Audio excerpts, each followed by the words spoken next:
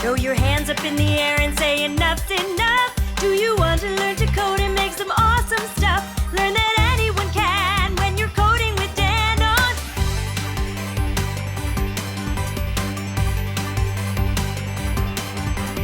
Whether you're a pro or this is all brand new, learn the overarching concepts and some fun stuff too. And with Dan as your guide, come along for the ride on. Make a crazy pixel mirror to reflect your face. You can make it jump to light speed into outer space. You can generate a maze that can go on for days. You can make your own terrain and some purple rain. You can make a retro game to see how it's done, and then tweak a piece to make it yours for everyone. Make some fractally trees or Twitter bots if you please. And when the seeds are all sown, you can make them your own on.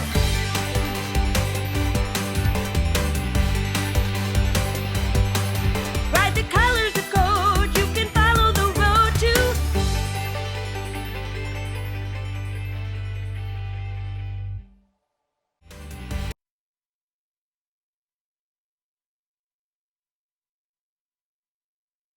Hello. Okay, hello. I think I'm broadcasting live. I had the microphone muted, which I often do while I'm getting set up to not record myself by accident. But I would like to hear from the chat. I know I've been sort of on a big delay today, so I would like to hear in the chat so I don't know how many people are there because I'm kind of much later than I said I would originally be. But if the sound is working, if you can hear me and see me okay. Otherwise, I'm going to kind of get started rather quickly. I'm going to try to forego all of my introductory stuff beyond 2 or 3 sentences. So please, if you are actually watching this live and you can hear me and there's no static and the sound seems fine, please let me know in the chat. I don't see a single message in the chat, so I'm just going to keep going. My name is Dan Schiffman. This is a live stream that I do every week, typically Tuesday afternoons, about creative coding. And creative coding is kind of a broad term, but to think about creative ways to, I'm still looking in the chat and I don't see a message.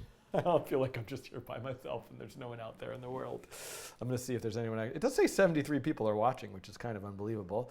Okay, I'm still keeping an eye on the chat. So I do a lot of different topics from animation and physics simulation. But this fall, I have been going through a series of video tutorials all about programming with text, generating text, analyzing text, that type of thing. If you would like to know more, or I just want to point you out to a couple resources, codingrainbow.com. You can subscribe.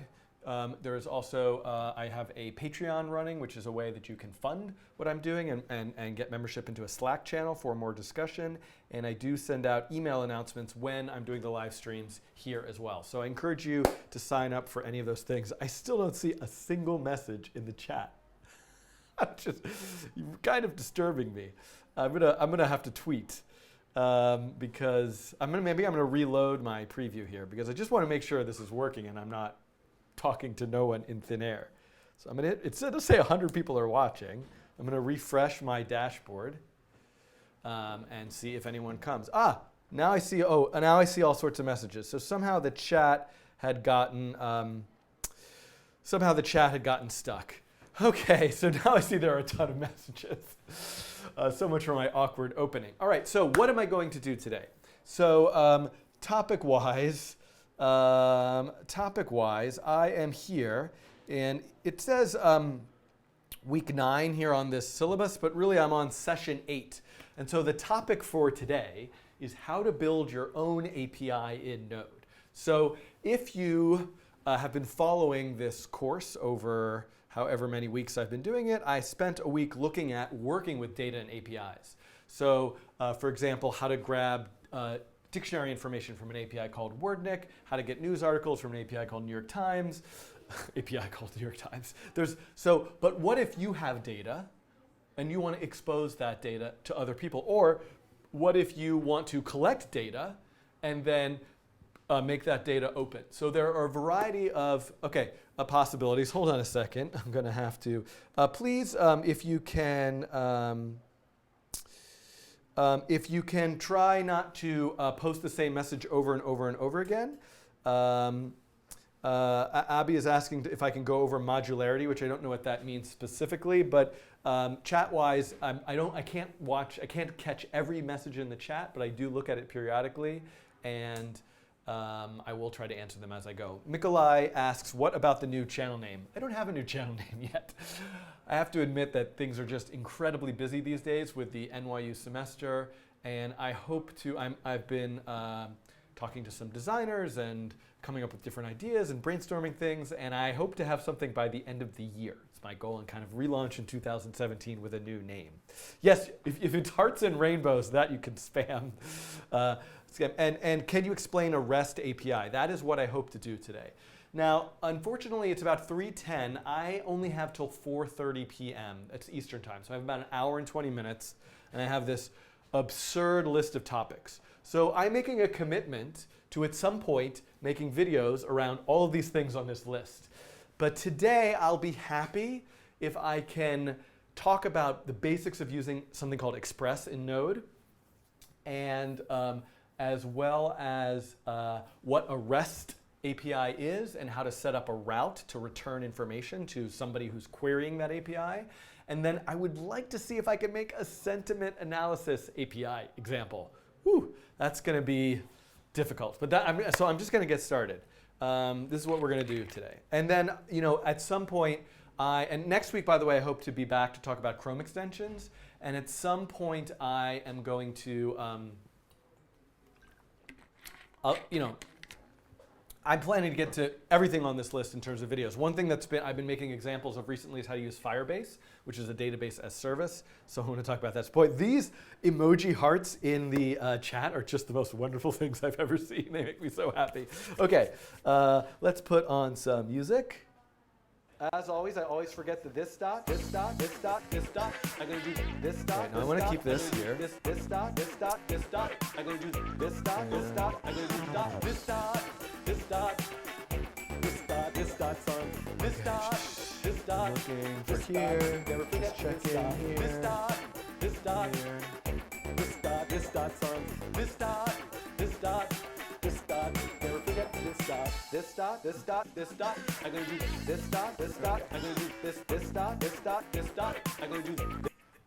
Okay, so I'm going to get started with the first video, which typically what I do, so if you haven't watched these before, what I do is I do a session, which is a longer session, which has all of my fumbling around and trying to answer questions in the chat. And then the wonderful Mathieu takes this longer session, which today will be only an hour and 20 minutes, and edits it into shorter tutorial videos. So cuts out some of my longer debugging problems, and also it's helpful. I think people find having the shorter video chunks more searchable and easily findable on YouTube. Okay, the hearts are wonderful. Actually, I'm actually just enjoying them. I was going to tell you to stop, but I don't know. I'm kind of just enjoying them anyway.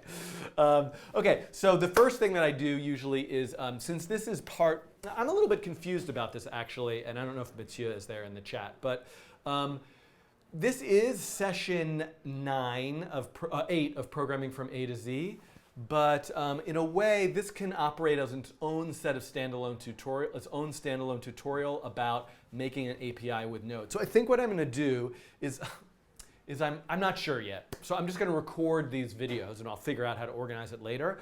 But this first video will be just kind of an introduction to this session and all of the topics in the session. And then I want to make sure I have a marker. And then the second video will start with how to make an API in Node, and that might end up being its sort of own playlist as well about Node, but we'll figure that out later. Okay, so thanks for all of you for being here. I see so many wonderful messages in the chat, supportive messages, and I'm going to get started right now. I'm a little worried about a light that I have here. Turn this off for a second. Yeah. So I have to turn this light off, unfortunately, because I just turned one of the halogen lights off. I also just looked at it, and now I can't see anything. I'm blinded by it. I'm a little bit darker, unfortunately, right? But there's a problem with this light, and it's burning, and I don't want it to catch on fire. So I'm turning it off. We will be in slight darkness today, but I think you guys can see me okay, yes? Okay, so that's how it's going to be. Okay, so let me get started here. Did I cycle the cameras? I can't remember. That's too bad. I brought an extra light, but something is wrong. I wonder if there's a way for me to dim it. Is there a dimmer on it? And then it won't overheat. But I'm just not going to worry about it. Safety first, everybody. Yeah, okay, it's fine. Okay, here we go. Here we go, okay. I still can't see. You know when you look to the sun and you see all the spots? I went over to look at the light because it looked like it was smoking a little bit, and I stared straight into it. Okay, here we go. Hello, welcome to session 9. Oh, no, session 8. Let's try that again. Hello, and welcome to session 8 of Programming from A to Z. In this session, I want to talk about and look at more deeply how to build an API using Node. So this whole course has focused on working with text, reading text, analyzing text, generating text. And most of the stuff, almost everything that I've shown you happens in client-side JavaScript. So let's talk about a little bit just generally what the difference is. So if you have a laptop that you're working on, and it has a web browser in it, you might be running your P5.js sketch right there in the browser itself.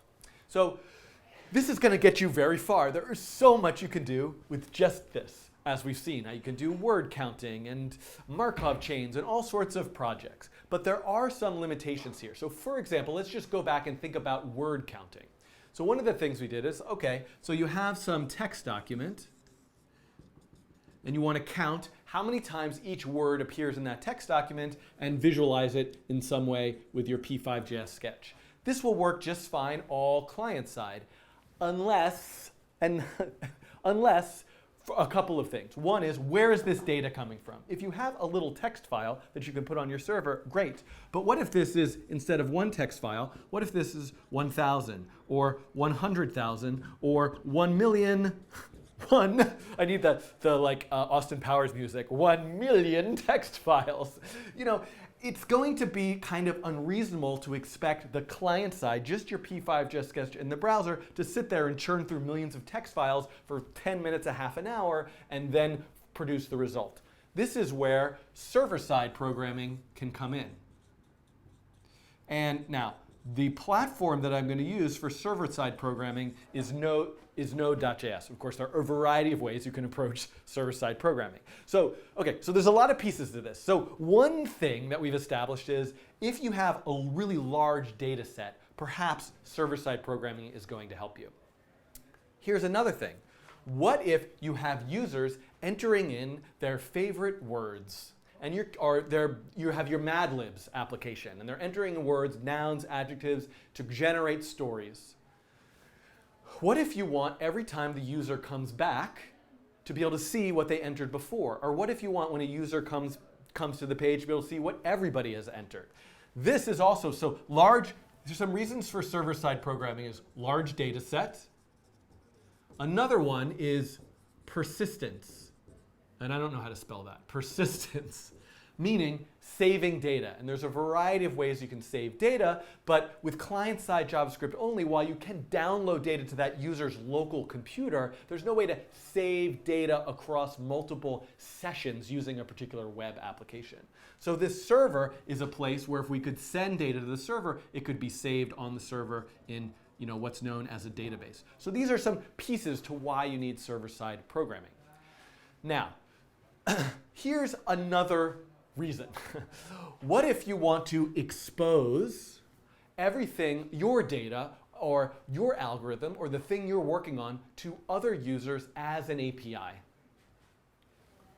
This is another reason why you might want server-side programming. And this is mostly what I'm going to focus on in this particular week 8 session 8. However, I'm going to kind of look at all of these pieces by the time I get to the end of it. But this idea of maybe you have this wonderful spreadsheet of all of this information about flowers, and you want to allow other people to make queries. Go to flowerapi.com/ chrysanthemum or flowerapi.com/sunflower and receive JSON back with all this information about flowers. This is something you're going to want server-side programming for as well. And this is going to be the focus here.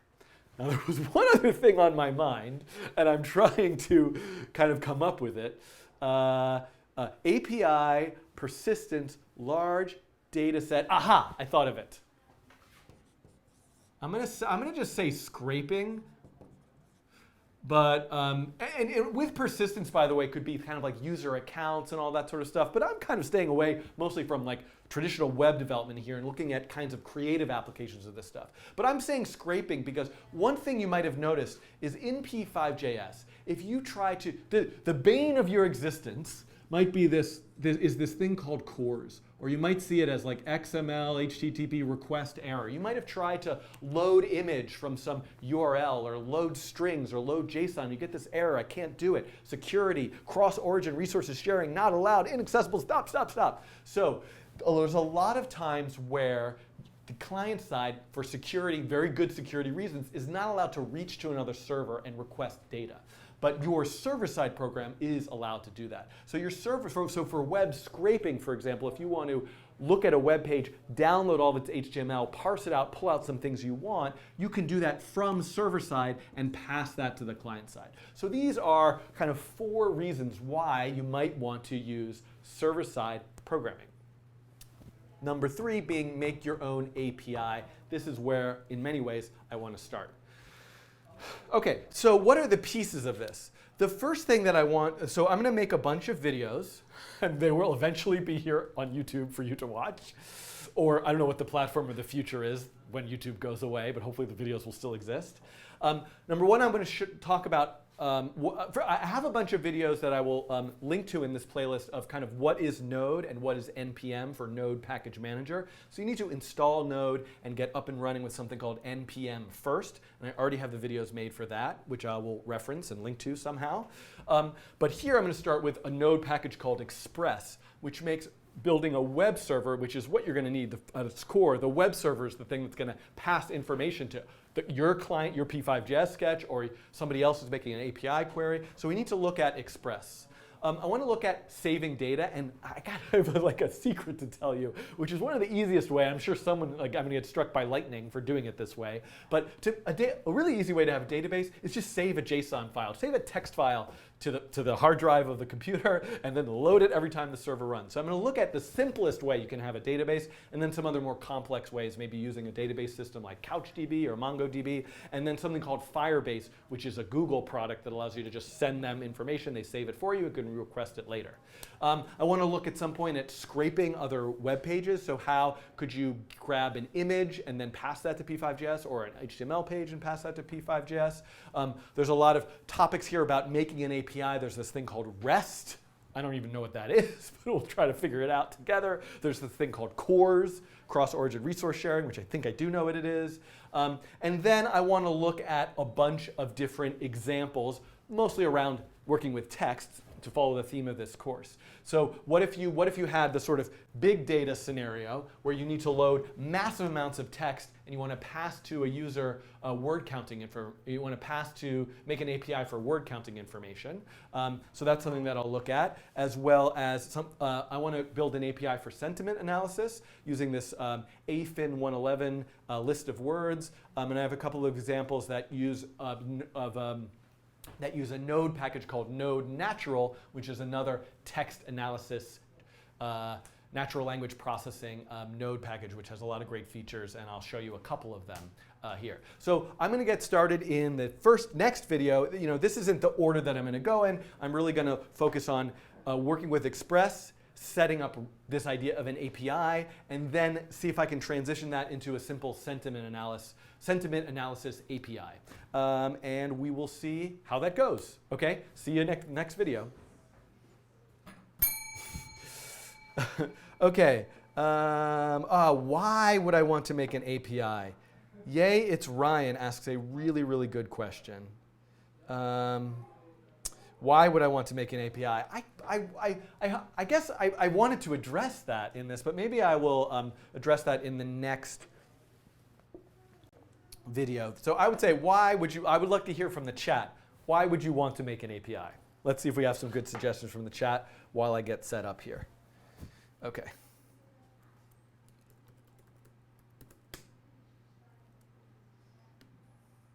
Okay. Max Musterman writes, basically to allow communication between two parts of a system. And that's right. You know, I have sort of two ideas in my head, and I think hopefully it'll become clear as I start to make this example. Where are we at? 3:25. I really have so little time. I'm just letting you guys know that this is probably going to only be partially completed by the end of today, and I apologize for the sort of late, shorter live stream that I have going. Okay, but I just want to keep on moving here. So I have terminal. Let me get terminal up. Here's terminal. I'm good.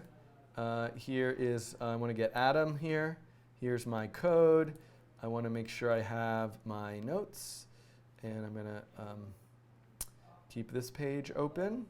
Okay, basically back from making popcorn. Okay. Good way to share communication. Easily share your data with your developers. These are all great suggestions about why you'd want to make an API. Okay, so here we go. I am going to, for no particular reason, cycle these cameras. And I think I'm going to do this in multiple parts. So this is going to be building your own API in Node. And I think in this first part, I'm going to get as far as having a route. And then I'm going to do routes with, okay, so I'm going to do this in multiple parts. Okay, here we go. Okay, welcome to a first video in a little series about building an API with Node. So the question was asked in the live chat. This is, by the way, you're probably watching this as a recorded archive, but in the live chat, why would you want to make an API? And so, you know, I mostly write in the comments. I'd love to hear what your idea for an API and why you would like to make an API is. But there's a couple reasons that I think I could kind of start with here. Number one is you have data, and you want to allow other people to use that data. So this is a way of you kind of making a transaction, a sort of handshake, and saying like, hey, there is this means for you to access this data, and I intend for you to be able to do so. An API stands for Application Programming Interface. It's a way for two different applications to talk to each other. So there's the applicant. We're going to build an application, a Node application that has data or something associated with it, and it's other applications will be able to talk to it. So that's kind of the main reason. Now there is sort of this scenario, which I also am going to show you with, you might be making an API for one person in the world, one wonderful singular person, and who is that person? It's you, right? So there are lots of projects where you're writing a front end, a client-side JavaScript thing, you're making pretty pictures and drawing text and all sorts of interaction stuff on the page, but you need some server-side stuff to connect, to download images, to run long, complicated processes, to use other Node packages. So you might make an API just for your own project itself. And actually, that's what we might see in some of the examples I have to show you. So that's kind of, number one, you might just want to, you know, you have something and you want to allow other applications to connect, or you might actually want other things being mainly yourself.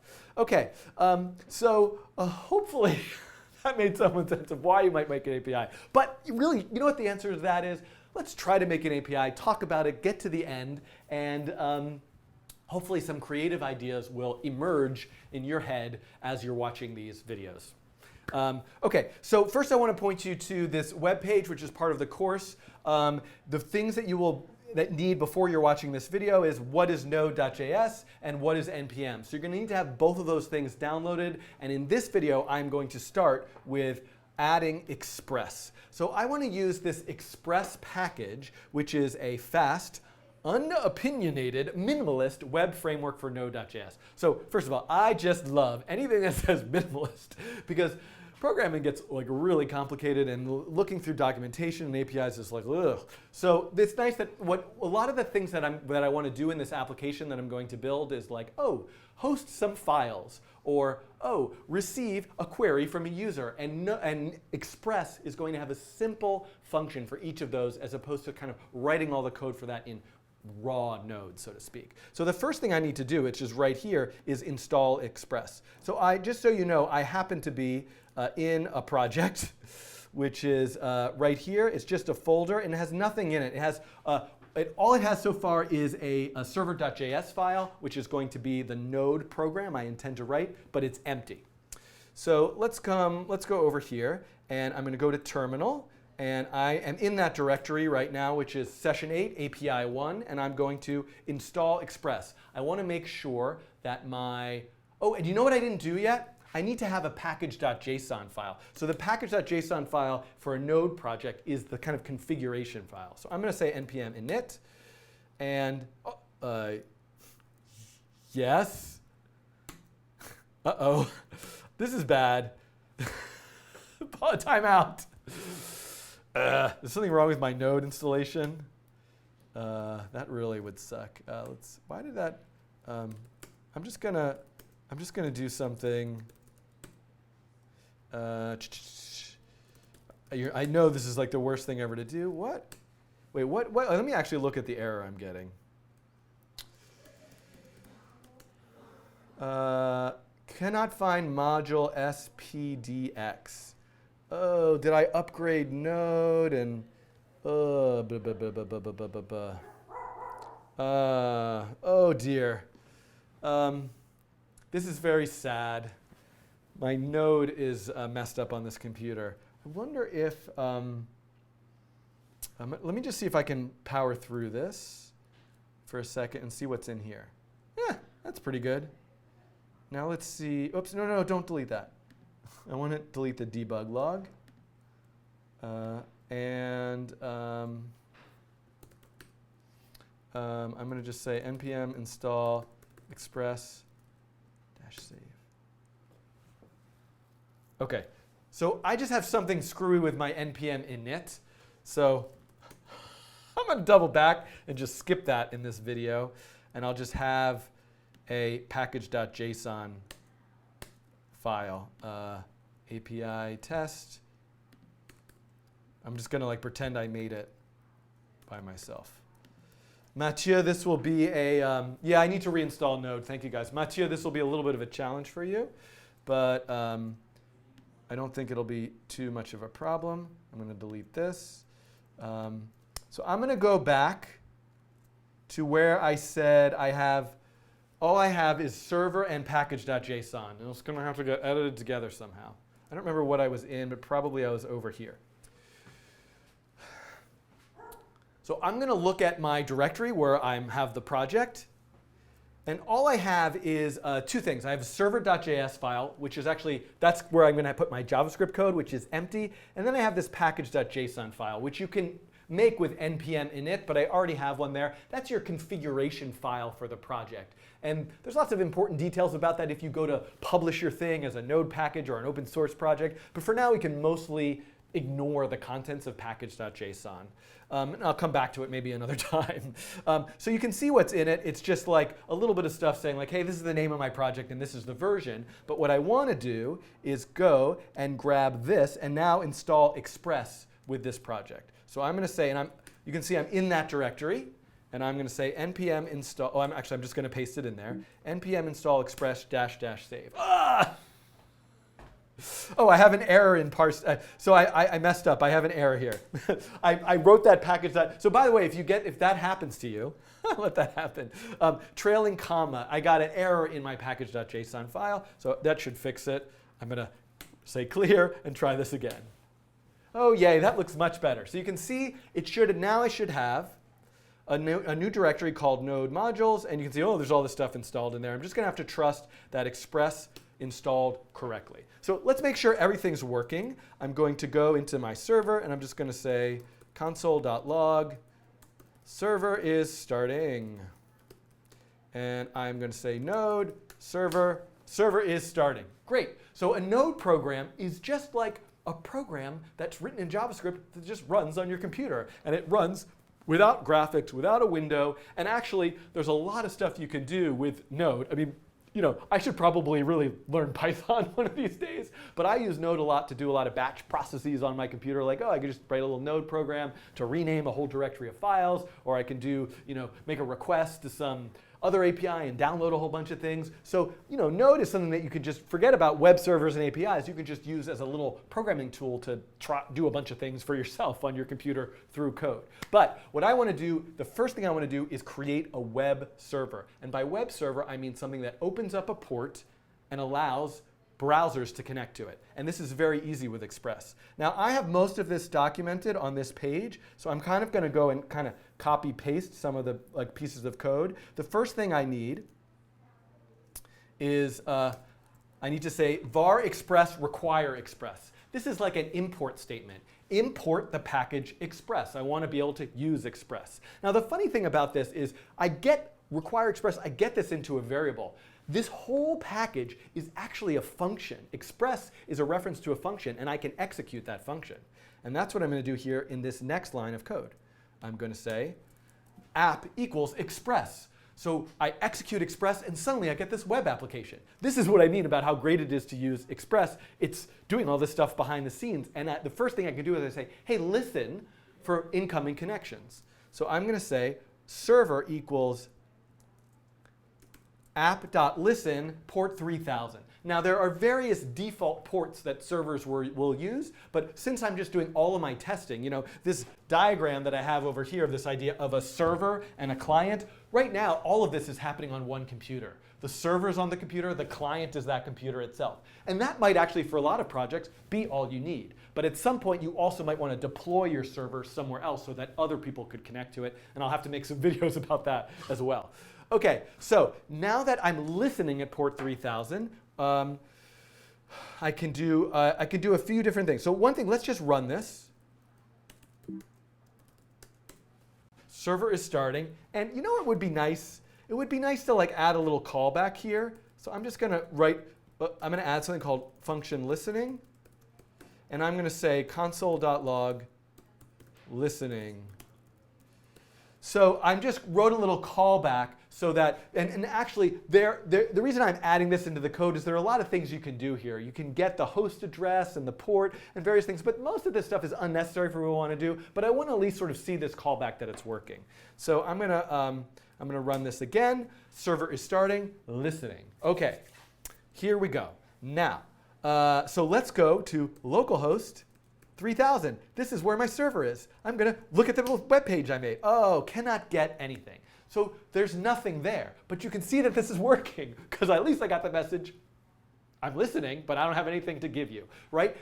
The web browser, right now made a GET request to the server. And this is kind of an important concept. So one of the first things I might do, although this is a little bit unnecessary for this idea of an API, but it's kind of worth exploring right now that we're going through this Express stuff, is I can use an aspect of Express to host static files. Meaning, I can make, and this idea of this word public in there is something I could make up. So I could call this website instead of public being a kind of standard thing. This is saying use out of the Express package its ability to host static files, HTML files, image files, movie files, all that sort of stuff. So what I can do now, if I go into here, right, into my project, what I want to do is create a folder. I'm going to call that folder website, which is sort of a silly name, and I'm going to put in that folder a file called index.html, and then I'm going to say, hello. So in that file, it says, hello. Okay, and then, I don't know why I'm speaking in that voice. And then, I mean, I do know why I am, but I don't know why I am. Anyway, now, if I hit refresh. Now, first of all, I've got to restart the server. So here's the thing. There's actually a really nice tool. You notice how I have to stop the server, restart it, stop the server, restart it every single time I change my code. There's a nice little Node module. I'm sure this is, called NodeMon. And NodeMon, like Node Monitor, I think, monitors your code and restarts the server for you every time you change the code. Now, this can be problematic, and you don't always want to use it, but in this case, it would be a lot more convenient. And -g means I want this package. This isn't a package associated with this project. I want this as just a global tool that I'm using on my computer. And this probably is going to fail. Oh, but maybe it's not. I'm feeling hopeful now that actually this is going to work. Yeah, so I got some error permission denied. This is because when I'm installing a global package, it's got to go into like user var local bin, some secret place on my computer where I need special permission. So I'm going to say sudo for super do npm install node-mon-g. And now I'm going to type in the password here, and hopefully this works.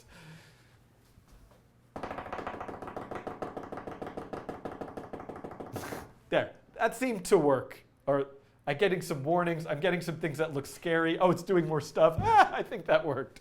So I'm now going to say node-mon server.js, and this is working. So you can see that it is, the server is starting listening, and watch what happens. If I go back and I say, go to my server, and I say, just do a carriage return and hit save. You can see here, look how many times it restarted the server. So now I can kind of ignore terminal for a little while and just go from, I can just go from my code to when I make a change, refreshing in the browser. So look at that, by the way. I now see the files that are in that directory website. So this is step one. We have now written a web server with like barely any code at all. Look, this is like all the code for the web server. And incidentally, if you've ever seen me or do something like this, like often I'll run a web server on my computer by just saying python-m simple HTTP server. That's running a web server. There are lots of other tools. There's a Node HTTP server. There are lots of tools that just make a web server that hosts files. This is what we have now done in this exact program. So step one is completed. We have written a web server that hosts files. In the next video, I'm going to add something to this called routes. So in addition to hosting files, I'm going to allow the user to send information or request information through something called a route, a RESTian route. By RESTian, I mean you're going to want to take a rest after watching the video probably. Okay, so I'll see you in the next video. Thanks for watching this one on setting up a basic web server with Express. I'm going to take a look at the chat. I'm taking a look at the time. This computer, my computer that has the chat died. I think I only have one plug. So I don't know if anybody's telling me anything or if everything has gone completely kaput. I'm still smelling a little of the smoke from that halogen. Come, computer, wake up. I want to see the chat. I don't know. I was going to put on some music. The chat's coming back. The chat's coming back. Come on, wake up. 1%, I see. I did run out of the battery life. And now, cancel, OK. OK. Everybody, I see a bunch of chat messages. Chat is coming back. OK, so is everything working OK? You guys can hear me and see me. Hopefully, everything is good. Yeah, no, I'm using Mac OS X. Yes. OK. All right. So in the next video, I'm going to start talking about routes. Now, I got to figure out why it's called REST. So let's look. Wikipedia will tell us. This is me, I'm just like, ooh, SOAP. I remember there used to be SOAP. SOAP is a protocol. REST is an architectural style. Why is it called REST, though? And why is it RESTful? Stands for Representational State Transfer. I can't bring myself to read this. But architectural client server, stateless. Oh, this is like way too much. So I'm going to, let's see, API, applied to web services. Web services that adhere to the REST architectural constraints are called RESTful APIs, defined with the following aspects. They have a base URL, an internet media type that defines state transition data elements, URL, standard HTTP methods. All right, get, put. Yeah, this makes sense to me. Okay. Okay, so what's the chance that I can remember representational state transfer? Whatever. Okay, so now what we're going to do is I'm here, and I am going to start talking about RESTful RESTful routes.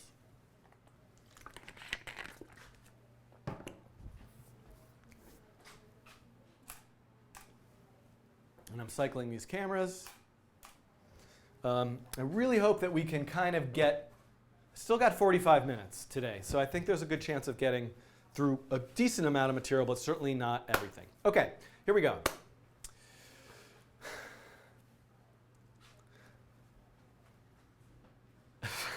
I'm ready. I'm going to start. In the previous video, I made a simple little web server. It's like only got this much code in it, and all it does is, never mind. Let me start over. In the previous video, I used Node and a Node package called Express to make a very simple web server. All it does is it spins up a server listening on port 3000, and if I run it, it serves up anything that's in this directory called website, okay? And in that directory called website is a little index.html file that says this, and now I see that in the web page. I don't know if that even makes sense. Okay, so what do I want to add to it? The goal of this video series is to make an API. Now, there are a lot of different ways and styles and flavors and designs and kinds of ways you could make an API, I'm sure. And the kind of API I'm going to show you is a RESTful API. And I like the idea of it being RESTful because I want it to be relaxing and enjoyable, a soothing API. But REST is like essentially like a style, so to speak, of how it's a broader term. It stands for Representational State Transfer. You can link to the Wikipedia page and you can read all about it. But it's really a style by which users of the API can make GET requests and receive information back from the API. And let me try to describe kind of the basics of how it looks and works. So I'm going to erase all of my diagrams from some other previous video, and let's think about what's happening. So let's say you're making an API about flowers. Maybe it's about rainbows. Make one about rainbows, but flowers, I'm going to use flowers right now. Flowersapi.com. So HTTP. This is your website, your web server, your domain, all that stuff. You might go to flowersapi.com and you will see the index.html page that's there. That's the web server we've written. You might go and say like /about. And maybe actually you have in your website directory, your public directory, a folder called about with another index.html file. And when you go there, you see that one. So this idea of paths with slashes is something that you typically see to navigate through directories of a website. However, these slashes and the things in here don't just have to be directories. They can actually signify a route. So for example, what if I went to, I'm just going to call it flowerapi.com/search sunflower, right? What if I went to this, and this isn't actually of directories. These are commands that I am issuing to the API. I'm saying search for this particular flower called sunflower, and I want to get back maybe some big JSON, all this information about sunflowers. So this is an idea of a route. And when you build an API, you might build different routes for different kinds of ways of accessing the data. You might make a route for getting all the data, or for searching for one piece of the data, or a route that signifies I want all the data, but I want it sorted in this manner, or I want all the data, but only if the data starts with the letter P, for example. So there's a lot of ways you can use routes. So now here in the code, this is not the code, I need to start to manage how those routes are handled.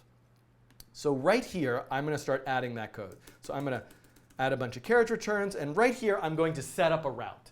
So please edit that cough out. When a user goes to one of these routes, or goes to, in the browser, types in a URL, or clicks on a link to a URL, they are making something called a GET request. Please, may I have something from you, server? Can I get stuff back? And you will get images, there's a dog barking, images, HTML files, CSS, all that sort of thing. So if you want to handle a GET request that goes to a specific route, I could say app.get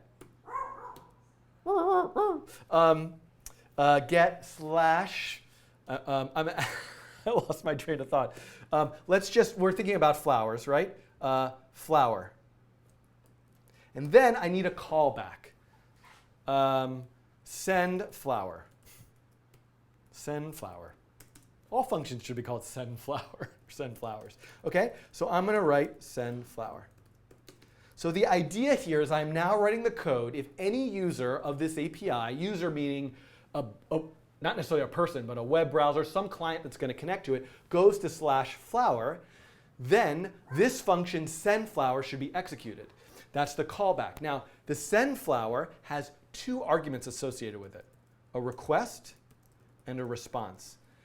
Every web transaction, so to speak, when I go and type, google.com or rainbow something something.com, I'm making a request to the server. So all the information about me is in that variable called request. The server then sends back a response. All the information about the server's response is in that variable response. And I'm using this idea of all the information very loosely. Information, data, in request you can find like, what was the operating system? What was the browser? What are the headers? You're going to see like, were there any parameters sent also? The response has things like, I can send back some data. So what I'm going to do is I'm going to now say, right here, response, send, I love flowers too. So if the user goes to /flower, rather than look for a directory of HTML, CSS, JavaScript files along that path, this is a route that I'm going to handle programmatically, and I'm going to say, I love flowers too. So let's hit refresh. The server's still running. I am now up here going to change this to say, go to the route /flower, and I see, I love flowers too. Now there's no HTML page. There's nothing. There's just code, and the response sent back the response. Okay, so this is part one. But remember this idea of like searching, right? The idea of using an API to search. What I want to do is have there's a lot of things I can do, but something that at least to get started with is what if I were to search, add a second element to this route, search /sunflower. But rather than, and come back over here, rather than say search /sunflower, what I actually want to handle is not the specific route. I want, if they go to search, I then want the second element to be a variable, so to speak, something that changes every time. So here, I'm going to say :flower. So that indicates that this search, that search is the route followed by something that the user enters. And that will be here found in the request. So in other words, I'm now going to go to search /sunflower. And you're going to see it still says, I love flowers too. That's what I'm sending back. But now I can do something more. I can say, there's some data associated with this request. Something came in beyond just search, some type of flower. I can say request.params. There are parameters. Flower is a parameter. And now I can say here, send the response back, I love data.flower 2. So I don't like this amount of space that I have here. I'm going to fix this and make this a little smaller. No, it's way too small. Maybe this will get edited for flow. Okay, so here you can see that in the response, I'm actually going to send back something that was sent. Now, what I'm doing here there's no point to it. I'm just showing you the pieces of how things work so we can get to the place where it has a point. So let's see now if this works. If I refresh here, I love sunflower too. And I can put Daisy. I love Daisy too. And I can put rainbow. It doesn't have to be a flower. And I can put, so in other words, there's a round trip happening. I'm making a GET request with this route, search/something. The server gets that something as a parameter part of the request and looks at it, puts it in this variable data, then pulls out flower. So there could be a lot of parameters. So I can add another one. I could say /num. And then I can say var num equals data.num. And I can then have I was going to do a for loop or something and have it say I love data.flower so many times. Let's just do that. That's sort of silly, but why not? So I can say response equals this, and then for var I equals 0, I is less than num, I plus plus, response. Oh, I can't call this response. Reply, I'll call it reply plus equal this. And then I'm going to send back that reply. Right, so I've added a little logic. So based on whatever number I get in, I do that a bunch of times. And now we can see I'm getting both a flower and a number. And if I go search rainbow 5, I get it. If I do it /50, I get it 50 times, right? So the reply is now based on what has been sent into the server. So this is the basic idea of how a route works with a GET request. Now, of course, there's something later you're going to see there's also a POST request. I can say app.post, and we're going to need that for this example that I hope to ultimately build. But in the next example, what the next video, what I want to do is add a little bit of persistence to this. So what I want to do is create a set of routes where the user can retrieve data and then contribute to that data as well. So we'll see that in the next video. Okay. All of a sudden my cough is back. It is 5 of 4. It's very hot in this room again. I think the heat is on, and then I have these hot lights. Is this making sense, everybody? I don't know. I'm kind of making these like really, really short. Yeah, this like cold that I've had has just been lasting forever. Okay. So what I want to do next is I'm going to create a okay, good. I'm trying to think of I was going towards doing sentiment analysis. So I think, sorry, I hope the cough didn't blow out your ears. Search is sort of silly. Search is meaningless. It's something that I made up. So I'm going to change this. I'm going to go towards the sentiment analysis example that I'm ultimately going to make, although I was kind of going to do that all from scratch. Can we have, yeah, you can have optional variables, absolutely. So let me add some stuff to this, and I think I will go towards the sentiment analysis example. Okay. Use Baker Cat as an example. I don't know what that is, but I appreciate how to manage a slash inside the search query. Yeah, Alessandro, that's a good question. There are ways of URL encoding various kinds of characters that cause a problem. So I would have to look at that specifically, but of course there's always a way around it. Optional variables in the middle of a URL is hard. Yes, definitely hard. At the end that kind of works best. Okay, so I'm going to try to get one step further here with this, at least, if not two. And that's all I'm going to be able to do today. Okay, so and what I want to do is just add this. Oh, really? I guess it's, is it rendering it as HTML? Yeah. And I wanted to actually have it be this. Okay. Okay, so I am looking at my phone, which is no reason. Okay, so I got to get to the next stage.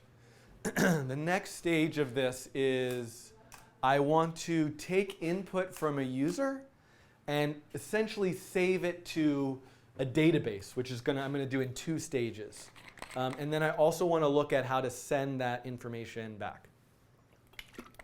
OK. OK. Where am I here? I will start here. OK. Sorry, ylib. I've got lots of, this has the default YouTube clean language settings. I think it'll let you back in, ylib, if anybody knows how to let ylib back in. OK, here we go.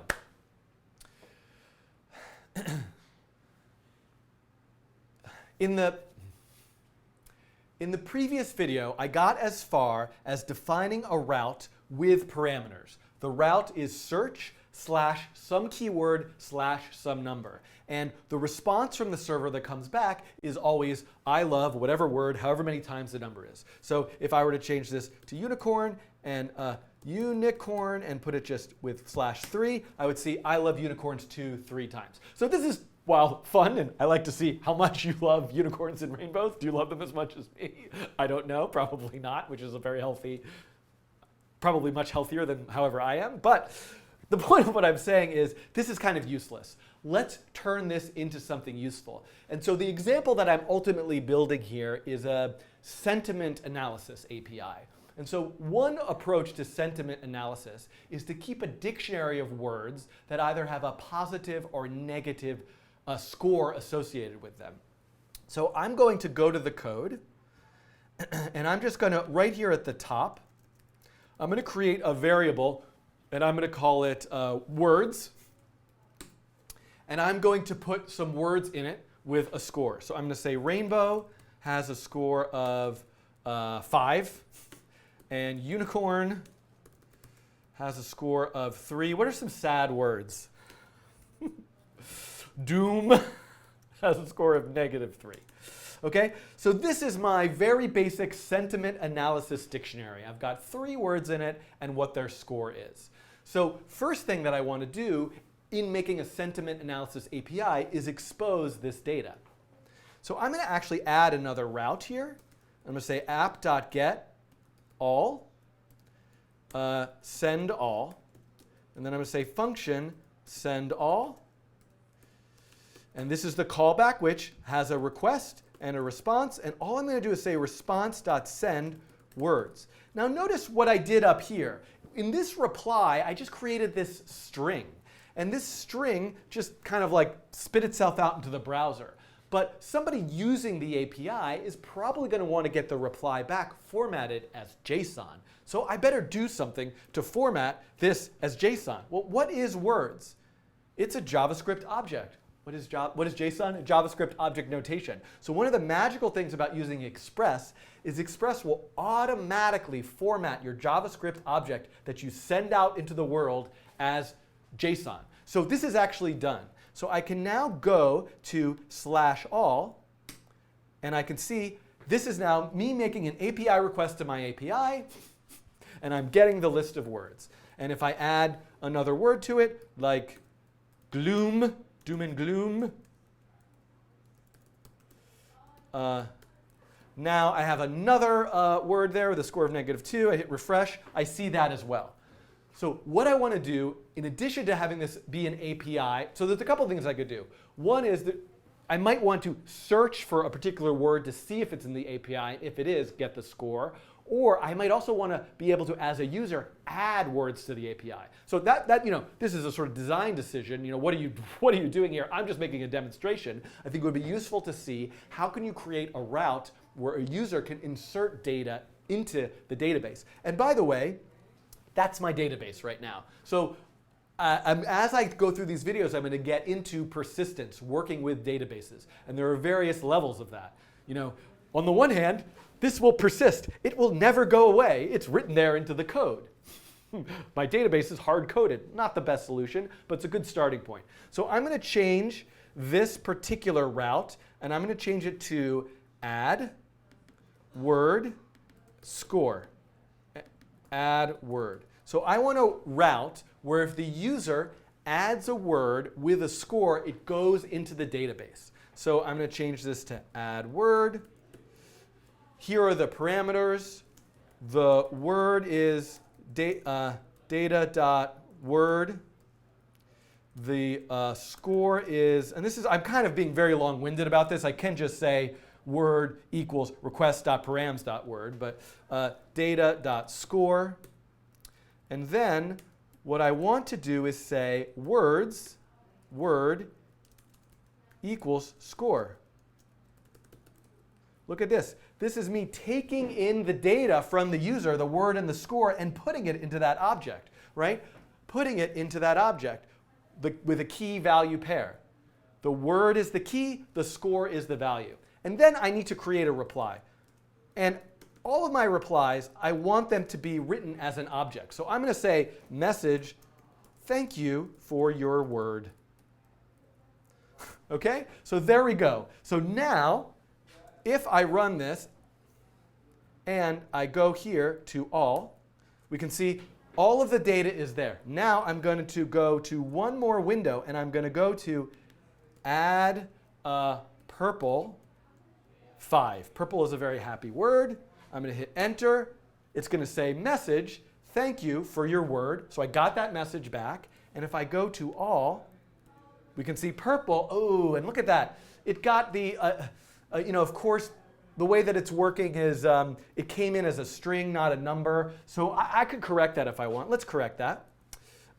So I could say, let's make sure that is actually a number, because I might want to do some mathematical operations with it later. So let's convert that to a number. And I'm going to add the word again, hit refresh, and now you can see I got purple 5. So there we go. I have saved this word forevermore in the API. Now, there's a couple things I want to add to this.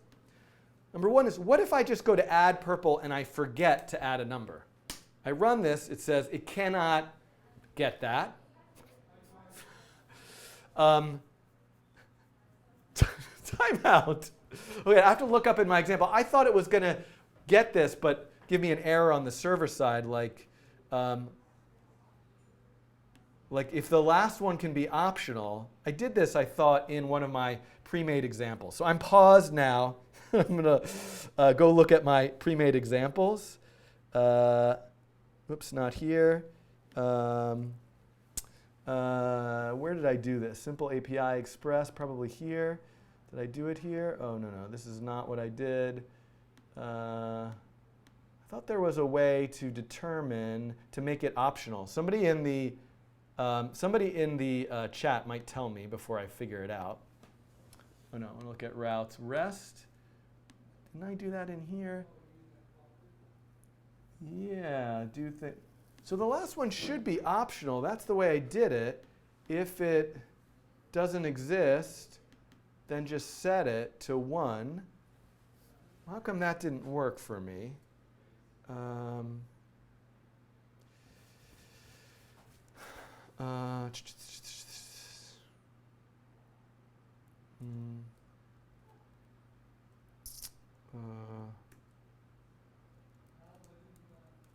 Right? Can't I just do this? Didn't get a 0. I guess I'm not going to add this feature to this program right now, and I'll come back to it later. Hold on, let's see. Console. Did I add an extra? I know I could just do a route without it. Nobody in the chat knows this? Hold on, let's see here. Console.log, am I here? So if I go to here, what if I do a slash? No? I guess I could do it, whoops. I don't want to get too stuck on this. Add, I can do something where if I do this, right? Yeah, I don't know. Am I here? No. OK. And not you destroy if there's any try. Yeah, I know this. Do you add a question mark for an optional one? I'm going to just not worry about the optional thing. because it's not that fundamental to this. I can bring that back later. I just was going to do it because it seemed like an obvious thing to look at right now. Mostly because I'm on a time crunch and I have to leave in like 15 minutes, and I want to get this thing finished. So I am going to go back and not worry about that. I'm trying to think where I left off before I tried doing that. I want to get to the, so there's the optional thing that I did.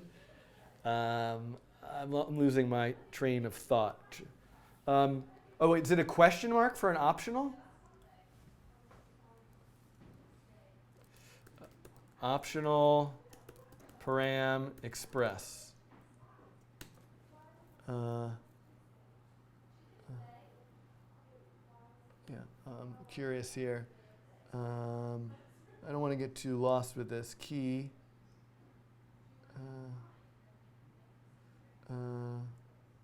Oh, question mark. So does that make it optional here? Question mark. Yeah, after the parameter name. OK. All right. So I think if I add this now, and I take this out, yep. And then, right, it's giving me no. OK, great. Sorry about that. OK, so wherever that was, I will be coming back to that now. So wherever I was here. And I was saying,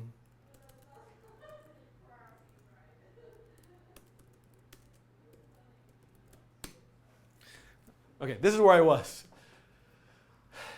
It cannot add this because it's looking for this particular route, and the route requires also a score. However, there is a way to make that score optional, which could be useful for something you might do, which is adding just a question mark to, and this really only works for the last one, although I'm sure there's some fancy ways around that.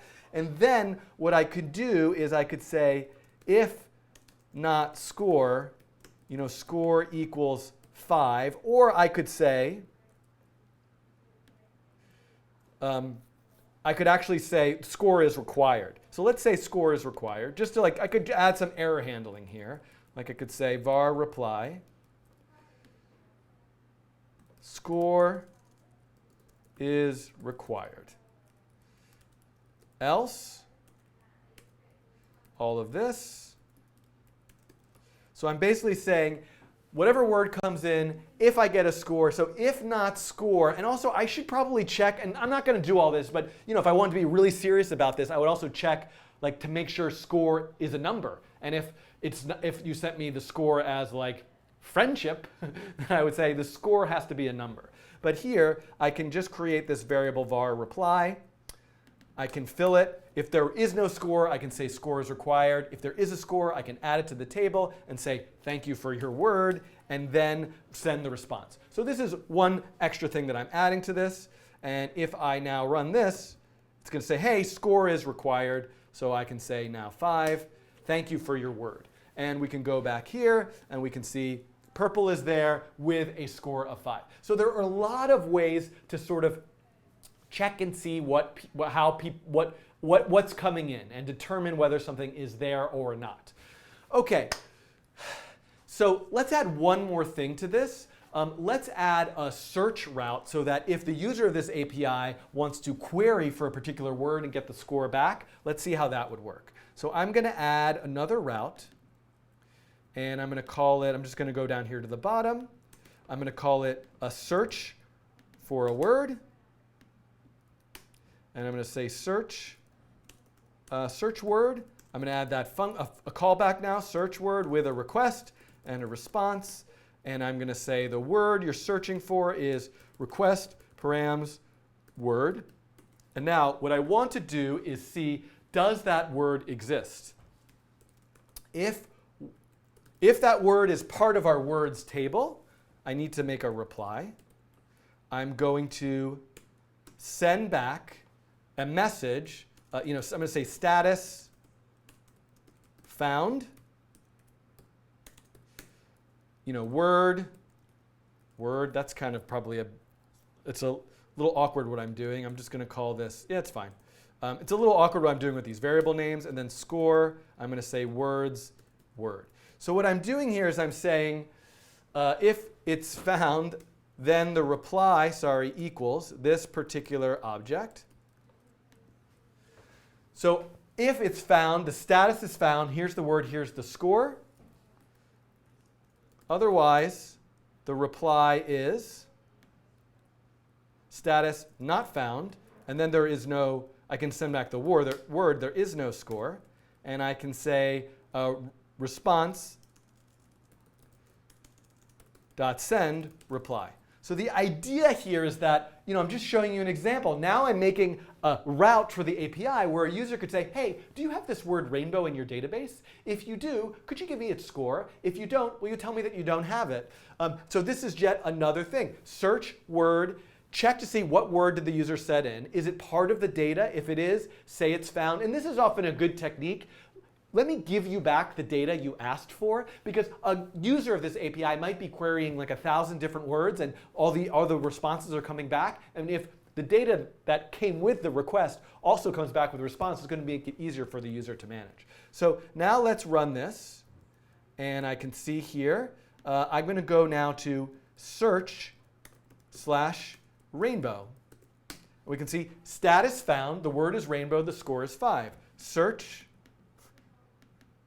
unicorn, status found, word unicorn, score 3. Search kitten, status not found, word kitten. So this is how I am now making an API that allows a user to query the database. So we have the ability, and then by the way, now I can say add kitten 5, and then I can say search kitten, and now it's found with a score of 5. So notice how I'm only interacting with this API via the URL address bar. And ultimately, as I get through more videos here, I'm going to look at how do I actually interact with it from my client-side JavaScript code, which will really open up a lot of possibilities. So I now have an API which has 3 features. I can look at all the words that are in the database and their score. I can add a word like purple. Didn't I already add purple? So we're going to have to talk about that. And oh, purple's positive. Give it 3. So I can add a word, and I can also search and see if a word is in there. Purple is in there, but perhaps pink is not. So this is a good start. I have this idea of persistence. There's a database of information. Users can add to that database. Users can request all of the data from the database, or they can request one item from the database. But you'll notice here, I have this wonderful thing where I add kitten and purple. So now what I'm going to do is I'm going to quit the server, and I'm going to restart it. And I don't have kitten and purple anymore. So while there is persistence across do you hear the puppies barking about my wonderful API discussion?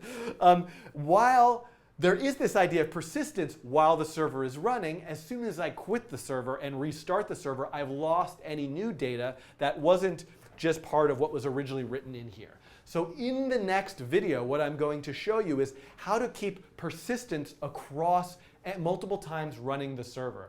How do I take what's here and actually not have it be hard-coded, but save it to a database?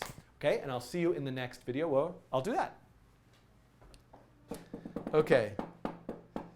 You guys can hear the dog barking. Okay, that's going to be wonderful. That's always here. Okay, it's 4:18. Unfortunately, I'm just going to check to make sure there was no change in my schedule. Oh, okay. Oh, I have to check. I have to live check to see if I won the Hamilton lottery. That's really going to change my day. Hamilton, New York, lottery results. Unfortunately, you were not selected to receive tickets to the November 1st, 7 p.m. performance in Hamilton. Okay, that's good to know.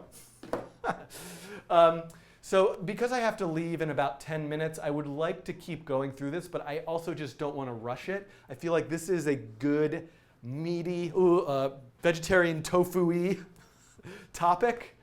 And let me go back to my list and sort of think about how far we really got, which I have to admit is not very far. And where was my main? I'm going to go back to here.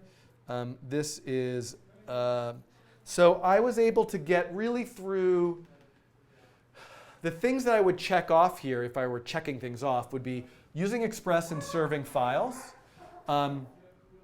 having a query string. Actually, I didn't do the query string. Looking at a RESTful routes, RESTian routes. I didn't really talk about cores, which is something I'm going to have to mention, and sending back JSON. I wish there was a way I could annotate this. So when I come back for another live stream, which, gosh, I really wish it could happen this week, but it won't. Maybe it could happen over the weekend. I'm not sure. In terms of the time I have and just the amount of the availability of this space. But I will continue this. I want to get all the way through building out this API and saving the data to a database, and then actually starting to use it to do sentiment analysis, and then loading a pre-existing list of words and their scores. So, I'm actually not vegetarian, but in spirit, I feel like we should. Anyway, I don't have time. I don't know what I'm discussing here. I've lost my mind. Yes, sorry. Someone's asking an important question that this would actually look like this if you were coding along with me, and that I actually am using a Chrome extension that formats the JSON that you get back kind of nicely, which is just very convenient to use. So anyway, I have 10 minutes. I would like to take some questions from the chat about anything, really. I can do that for about 5 or 10 minutes, and then I'm going to have to say goodbye. I apologize for the short session today. I will be back next Tuesday. OK. Schiffman, do you know something about Golang? No, I don't. But that's an interesting idea for me to investigate. Schiffman, why not use a MySQL server for this? So this is the discussion I want to have when I get to this idea of persistence. So there are a lot of ways that you can store your data. And probably the most sophisticated, robust, scalable way is to use a database. A MySQL database, a SQL database, that's kind of the same thing. MongoDB, CouchDB, there are a lot of systems for doing that. I'm here teaching about kind of creative projects and rapid prototyping for a lot of things where you're just sort of stitching stuff together and making an example. Learning a whole database system could be kind of overkill when you could just save the data to a JSON file. So I'm kind of going to, that's where the next step that I'm going to take, which is actually quite easy and works quite well. Of course, if there's scalability concerns, massive data, lots of relational data, if there's privacy and security issues, you're going to need something more than just a JSON file. But that's actually going to be pretty powerful to use. I also want to show you, and I do have all these examples already, I just haven't gotten a chance to go over it, but I'm going to show you something called Firebase, which is a database as service, essentially, where you can just sign up for an account. And I've been able to do everything for free so far, at least with my examples, and sort of send the data to Firebase. Firebase will save it for you, and you can always request it back. And actually, you don't even need Node to use Firebase. You can do everything from the client side, which is quite nice. Mac Brick asks, Schiffman, how long have you coded? I think I probably started programming really in 2001. So that would be, I don't know, you do the math. But it was sort of later in life than a lot of people. I mean, there's no time where you can't start coding, but I was in my later 20s around then, I think, if that's right. I did a little bit of programming in middle school using the basic programming language and also assembly language. And I maybe took like one course on like C++, like when I was in college, but I never really started programming until about 2001. Trying to think if there are other important announcements. Let me look at, I'm kind of nearing the end, so to speak, of this course. So there's a lot more that I want to look at building APIs and using these Node packages for doing some other text classification, text generation analysis stuff. I want to do a whole session on Chrome extensions. That's probably might take a 2-week period as well. This is taking 2 weeks. And then, there's this time in my actual course at ITP at NYU where students are for over 4 weeks are working on final projects. So any of you who are interested in kind of thinking about watching these videos and as if you're taking a course, you could just do that and share with me on Twitter or in the comments any projects you make. But I will say you can also subscribe to my Patreon, patreon.com/codingrainbow. And there, if you join that, there's a Slack channel where, it's kind of trailed off. I think people are busy, but I'm hoping that we can kind of revive it a little bit, where people are discussing assignments and asking questions and that sort of thing. Using Excel for a database or a spreadsheet for a database is quite useful. And in fact, over that I would say, and I have an example that I made previously of just using a Google Sheet. So you can actually, and there is something called Sheetsu. Sheetsu.com, I believe. This is a commercial service. I think you can use it for free, but it turns a Google spreadsheet into a REST API. Hey, maybe you know what a REST API is now. Spreadsheet as database. So this is something I should add to my list to maybe do a video about in particular. I've gotten a lot of requests for more kind of like classic arcade game coding challenges, and I think what I might do is when I have time towards the end of the NYU semester where I'm done with these topics, I might just do a couple weeks where I just do those arcade game coding challenges because I find them to be a lot of fun. And to be honest, the snake one that I made, which isn't really even that good, has like 100 times more views than any of my other videos. What do you think about making a project in the type of a big collaboration of the whole community? I would be thrilled for something like that. And I would be glad to support that. And I would hope that that community would include people from all sorts of backgrounds and genders and ethnicities. It would be terrific if we could make a community project like that. Joining the Patreon, the Slack channel would be a good place to start with a smaller community. There are other more open Slack channels. I believe there's a creative coding one. But certainly, send me a tweet. I'll retweet it if you want people to get in touch with you about a project.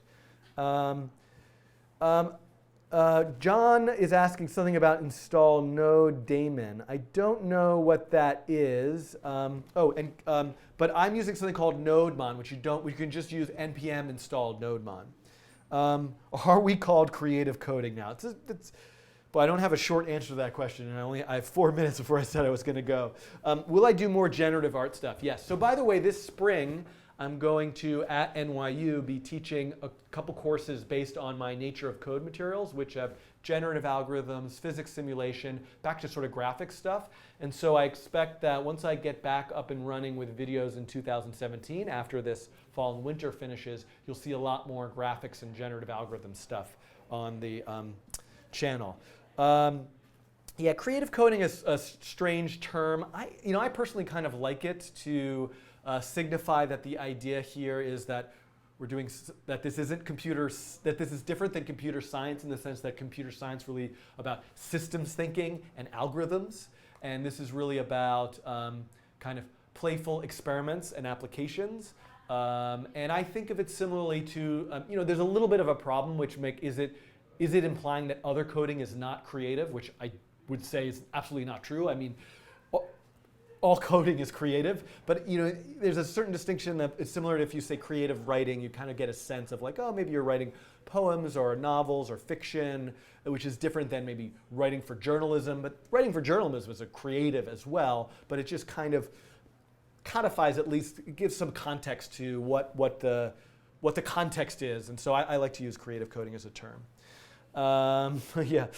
What did I miss? Okay, so thank you everyone for tuning in. Again, I apologize that this was kind of a shorter session today. I can see that it was 1 hour and 23 minutes long. I did have a live stream once that was 4 hours long.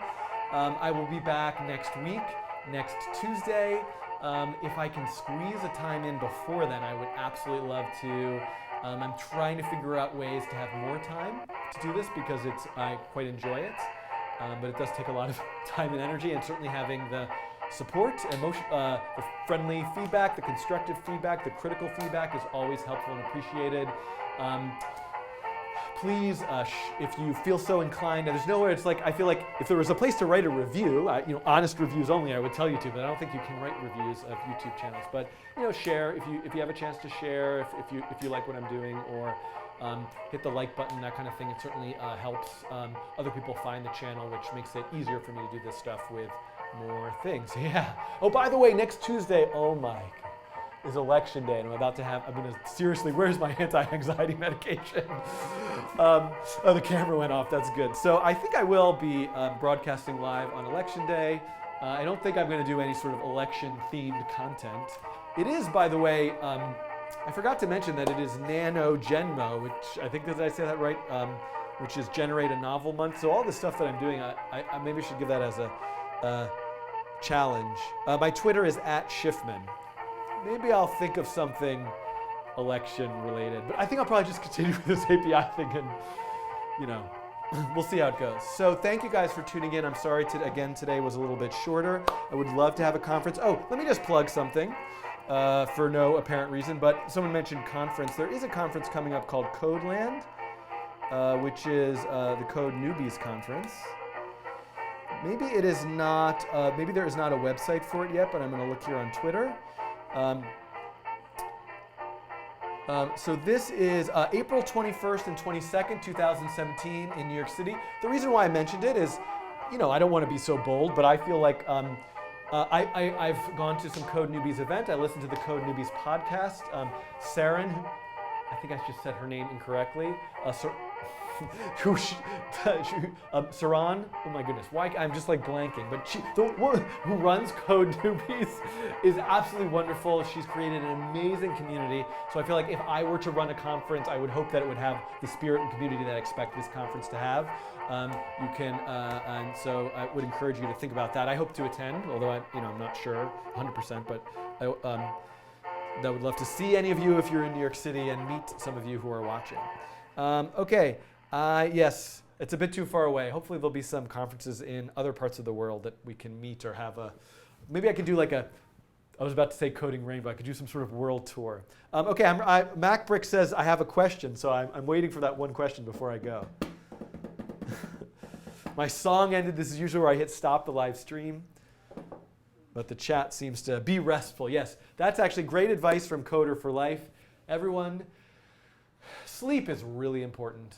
Your health is really important. Take it easy. Don't try to do too much. Be with people. Give people hugs.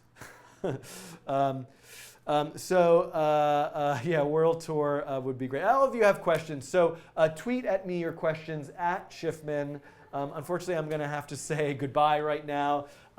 I have to go and pick up some small children from their after-school activities, and I don't want to be late. Great, John says npl install NodeMon worked for me. Did you include the -G? Because you're going to need it to be a global module. So I hope to see you guys next week or on the internet in some other fashion. And thanks again for tuning in. And thanks for School for Poetic Computation for having me in their space, sfpc.io. Thank you, ITP, itp.nyu.edu, for the students that I wasn't having office hours this afternoon with. And I'll see you guys all sometime soon. Okay.